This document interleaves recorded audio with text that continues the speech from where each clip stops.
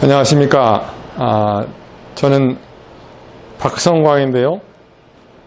지난 대학에 있을 동안 23년 동안 뇌사 추정 환자들의 가족들을 만나서 장기 기증을 권유하는 일을 해왔습니다.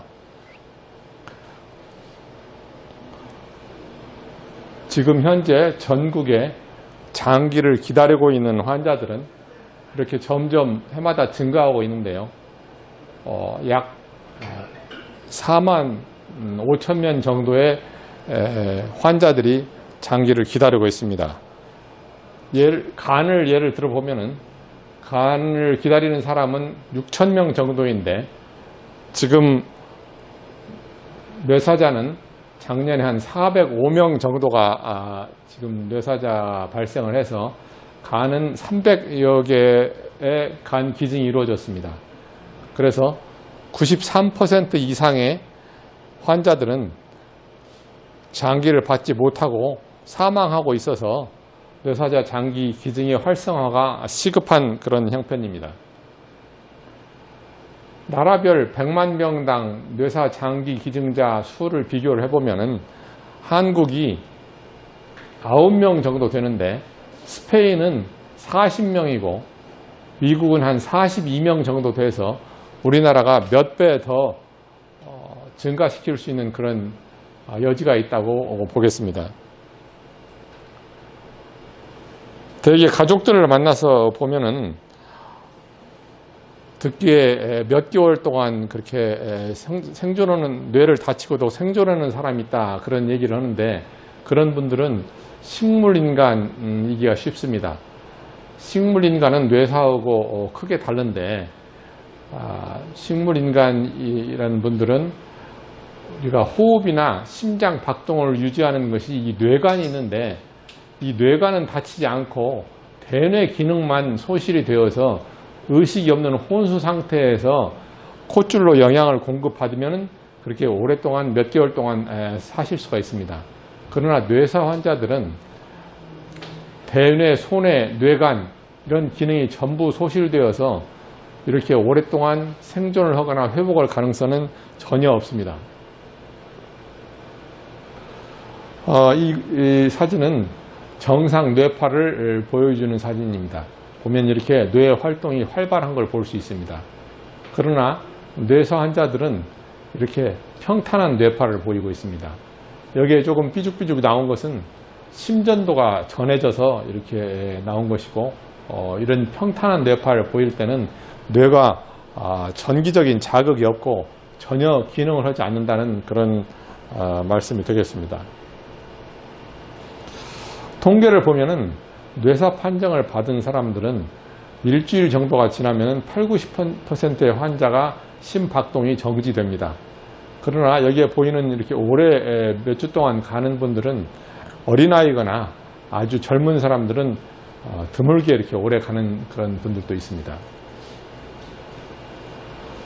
가족들한테 얘기할 때 사망을 며칠 후에 사망해서 화장이나 매장을 한다면 이 지구상에서 영원히 사라지는 것이지만은 이렇게 장기를 기증하면은 어느 누군가의 안구가 혹은 간이나 심장이나 폐가 이렇게 살아서 누군가의 몸속에서 이렇게 돌아다니고 있다고 생각을 하면은 이분들은 병원에 다니기 때문에 병원에 왔을 때 또 맞닥뜨릴 수도 있거든요. 그런 걸 생각해 보면은 마음이 든든하다고 그렇게 말씀을 하십니다. 이건 사망 진단서인데요. 의사들이 사망 시간을 여기다 쓰는데 이게 굉장히 중요합니다. 근데 제가 여러 의사들이나 의과대 학생들한테 이런 질문을 합니다. 뇌사에 추정되는 환자가 가족들이 동의를 하면은 뇌사 조사라는 것을 하루 정도 하고, 그 다음에 위원회들이 모여서 뇌사 판정을 하는데 그 시간이 12시이고, 그 다음에 판정을 받고 나서 여러 병원에서 장기를 적출할 외과 선생님들이 와서 수술방에서 장기를 적출하고 심장이 정지한 시간이 6시다 한다면 어떤 시간을 쓸 것이냐 하고 물어보면 대부분이 심장이 정지한 6시를 써야 된다 이렇게 말씀을 하시는데, 실제로 우리 법상으로는 뇌사 판정을 받은 12시를 쓰게 되어 있습니다. 그런 것이 잘 이해가 잘 안 가죠. 그러는데 사실 어떻게 생각을 해보면은 살아있는 그 환자를 장기를 적출함으로 인해서 돌아가시게 만드는 것이 아니라 이미 환자는 뇌사 판정을 받으셨을 때 돌아가신 겁니다. 그래서 돌아가신 분들에게서 수술방에서 장기를 갖다 기증해서 여러 사람을 살린다 하는 걸로 생각을 해보면은 이것이 맞은 소리인 것 같습니다. 기증원분에 대한 그 예후는 나라에서 장제비가 또 지불이 되는 것 이외에 사촌 이내에 친척이 장기 이식이 필요해서 만약 그분들이 장기를 받기 위해서 등록된 경우에는 우선적으로 가산점이 있어서 우선적으로 장기를 받도록 되어 있습니다. 이 혜택은 한 번 받고 끝나는 것이 아니라 계속됩니다. 그래서 저희 병원에서도 뇌사자가 장기를 기증하고 그 가족이 받은 예가 2예가 있었는데 한 분은 동시에 장기를 기증하고 형님이 그 장기를 받은 그런 일도 있었습니다. 그러면 장기 기증을 희망 등록을 어떻게 하냐 하면은 인터넷으로 들어가서 한국 장기 조직 기증원에 들어가서 거기에 희망 등록을 하게 되는데 거기에 보면은 운전 면허증에다 표시를 할 것인가 하는 그런 난이 있습니다. 거기서 표시를 하면은 이렇게 면허증을 취득하거나 혹은 갱신할 때 저같이 이렇게 하단에 장기 조직 기증이라고 표시를 할 수 있습니다. 제가 한 뇌사자를 200여 명을 가족들을 만나 설득을 해서 장기 기증을 했는데 그분들을 홍보를 한 분들 중에서 제가 이번에 그 가족분들을 만나서 혹은 가족분들하고 전화로 인터뷰를 해서 허락을 받아가지고 이렇게 그 기증하신 분들 사진을 다 표지에 이렇게 내고 책을 한 권 썼습니다. 제목이 심장이 멎기 전 안녕 내 사랑인데 대부분 돌아가시는 분들은 심장이 멎을 때 가족들하고 이별을 하게 됩니다. 그러나 장기 기증을 하신 분들은 심장이 뛰고 있는 상태에서 이미 사망을 하신 것이 돼서 심장이 멎기 전에 가족들과 이별을 하는 그런 분들이어서 제가 그것을 좀 알리기 위해서 제목을 심장이 멎기 전 안녕 내 사랑이라고 정했습니다. 이분은 국내 최고령 장기 기증자이신데 83세십니다. 그래서 이분의 신장은 70대 환자분에게 기증이 되어서 한 9년 정도 그 신장을 쓰셨습니다. 이 아이는 제일 어린 나이인데 5개월 된 나이인데 그 부모님들이 어렵게 기증을 결심해서 장기 기증을 하고 하늘나라로 갔습니다. 제일 기억에 남는 환자인데요. 이 최혜라 양은 20대 그 젊은 여성인데 뇌사에 빠져가지고 제가 장기 기증에 대한 얘기를 하자 어머님이 펄쩍 뛰시면서 여기서 희망이 없다고 한다면은 큰 병원, 서울 큰 병원이라도 가겠다고 차트를 복사하시고 그러셨는데 가시려고 그랬는데 한 9일째 기증을 결심하셔서 이렇게 9개의 장기를 기증을 했습니다.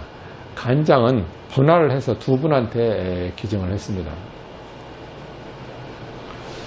이 김광명이라는 분은 20대 청년인데 오토바이를 타고 가다 교통사고로 해서 뇌사에 빠져서 장기를 기증했습니다.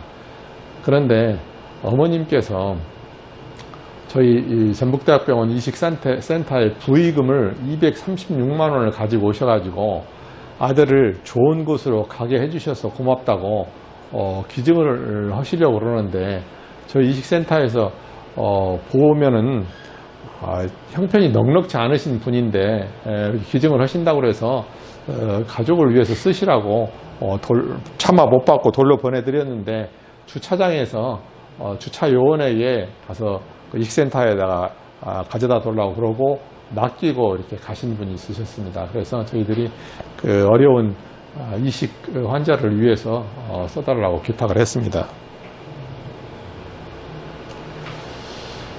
한 4년 전에 있었던 기사인데요. 미국에서 60대 남성이 뇌사 판정을 받은 후에 의식을 되찾아서 기적의 남자라는 별명을 얻었다는 그런 그 기사가 났는데 제가 이걸 보고 깜짝 놀랐습니다. 이런 일은 의학적으로 절대로 불가능한 일이거든요. 그래서 이 일이 만약 사실이라면은 제가 가서 그 설득을 했던 많은 기증자 가족들이 굉장히 제가 거짓말을 했다는 그런 생각을 가지실 수밖에 없거든요. 그래서 제가 원문을 찾아보니까 이 사람은 뇌사 판정을 받은 적이 없습니다. 그래서 제가 원문 제목도 뇌사에 가까운 상태라고 이렇게 되어 있고 뇌사 판정을 받지 않았습니다. 이 환자는. 그래서 절대로 뇌사 판정을 받은 사람은 이렇게 깨어나거나 오래 생존할 수가 없다는 것을 길게 쓰면서 정정 보도를 신청해서 언론사에서 정정 기사를 내줬습니다. 그래서 뇌사 판정을 뇌사로 이어질 수 있을 정도로 회생 가능성이 희박한 진단으로 이렇게 바꿔줬습니다. 마지막 환자로 동료하고 싸우는 후에 집에서 뇌출혈이 있어가지고 이 환자가 병원에 내원을 해서 뇌사 판정을 받았습니다. 근데 이렇게 외인사로 인한 그런 그 경우에는 반드시 검찰의 적출 승인을 받아야 되는데 그 승인이 거부되었습니다. 부검을 해야 되니까 적출을 할 수 없다. 그런 판단을 받아서 제가 놀래가지고 새벽 1시에 검찰로 찾아갔습니다. 그래서 검사님께 만약 기증을 못하면 여러 명이 가서 사망할 수밖에 없다고 그렇게 말씀을 드리고 부검은 주로 머리를 중심으로 할 것인데 우리는 복강에서 장기를 기증한 후에 부검을 해주면 좋겠다고 그러는데 그게 그렇게 잘 안 해줍니다. 근데 검사님이 특별히 그렇게 허락을 해주셔서 제가 다음날 새벽에 법원에 찾아가서 영장 담당 판사님께 부검 영장을 받아가지고 다시 그것을 검찰에 갖다 제출을 해서 적출 승인을 받아가지고 장기 기증을 하고 수술을 하고 그 후에 부검을 하고 그 후에 조직까지 기증을 했었습니다. 조직 기증이라는 것은 사망 후에 24시간 내에 이렇게 할 수 있는 것인데 피부를 기증을 해서 화상 환자 같은 데 사용을 하고 심장 판막 또 뼈는 뼈암에 걸린 그런 환자들한테 가서 이렇게 수술을 해서 넣어드릴 수 있고 이렇게 조직을 기증을 하면은 그 기증받은 조직을 냉장고에 얼려놓았다가 필요할 때마다 꺼내서 쓰는데 100명 이상의 환자들이 혜택을 보게 됩니다. 이 환자분은 장기를 기증받고 로또에 당첨된 것보다 더 기쁘다. 그렇게 얘기를 하고 엄지척을 하고 있는데 로또에 당첨이 돼서 몇십억을 받아봐도 그걸로 생명을 얻을 수는 없는 겁니다. 그래서 이렇게 환자분과 가족들이 기뻐하는 것을 보는 것이 큰 즐거움이었습니다. 이상으로 강의를 마치겠습니다. 경청해 주셔서 감사합니다. 네.